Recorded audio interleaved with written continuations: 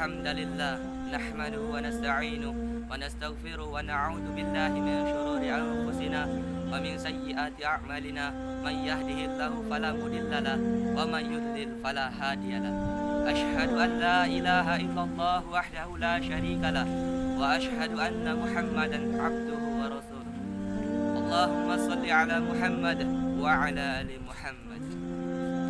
Yang pertama-tama dan yang paling utama, marilah kita bersyukur kepada Allah Subhanahu wa taala karena Allah telah memberi kita begitu banyak nikmat, dari nikmat yang terkecil hingga nikmat yang paling besar.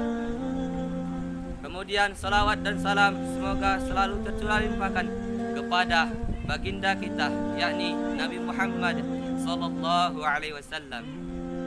Karena berkat beliau kita mengetahui mana jalan menuju surga dan mana jalan menuju neraka. Saudara-saudara dimanapun Anda berada, saya akan membahas tentang dihisapnya seseorang. Dikisahkan ada seorang pemuda yang sangat ahli ibadah, bahkan hafal Quran, banyak hafal hadis, dan tidak pernah melakukan kemaksiatan kepada Allah Subhanahu wa taala.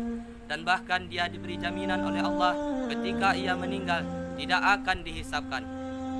Pada suatu ketika dia dipanggil ke suatu tempat untuk acara syukuran, dan dia pun memenuhi panggilan itu. Setelah sampai di tempat syukuran tersebut, dia diberi makan, yaitu makan daging, dan dia memakannya sampai habis karena pemuda tersebut merasa tidak enak kepada orang yang telah mengundang. Setelah selesai makan, dia pun bergegas berpamitan pulang kepada orang yang telah mengundang. Di dalam perjalanan, pemuda tersebut merasa tidak nyaman karena ada sesuatu yang menyangkut di giginya, yaitu bekas daging yang ia makan tadi. Dan dia berhenti di suatu tempat, yang mana di tempat itu ada sebuah rumah, dan di dekat rumah itu ada sebatang pohon. Lalu ia melihat ranting pohon tersebut jatuh, dan dia mengambilnya dan membersihkan giginya dari bekas daging yang ia makan tadi.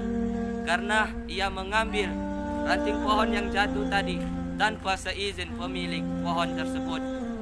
Pada suatu ketika pun ia meninggal, dan meninggalnya pun dihisapkan.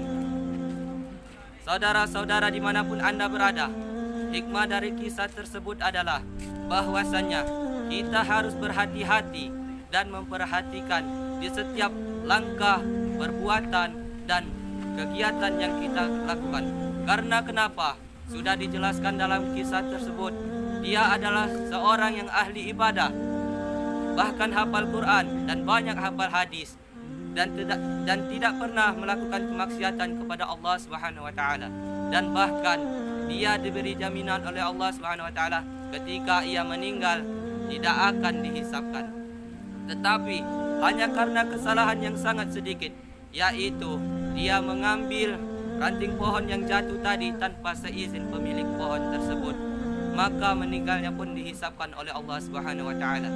Saudara-saudaraku, dimanapun Anda berada, apalagi kita seorang manusia yang selalu melakukan dosa dan maksiat kepada Allah Subhanahu wa taala, tentulah banyak yang kita pertanggungjawabkan di hadapan Allah kelak.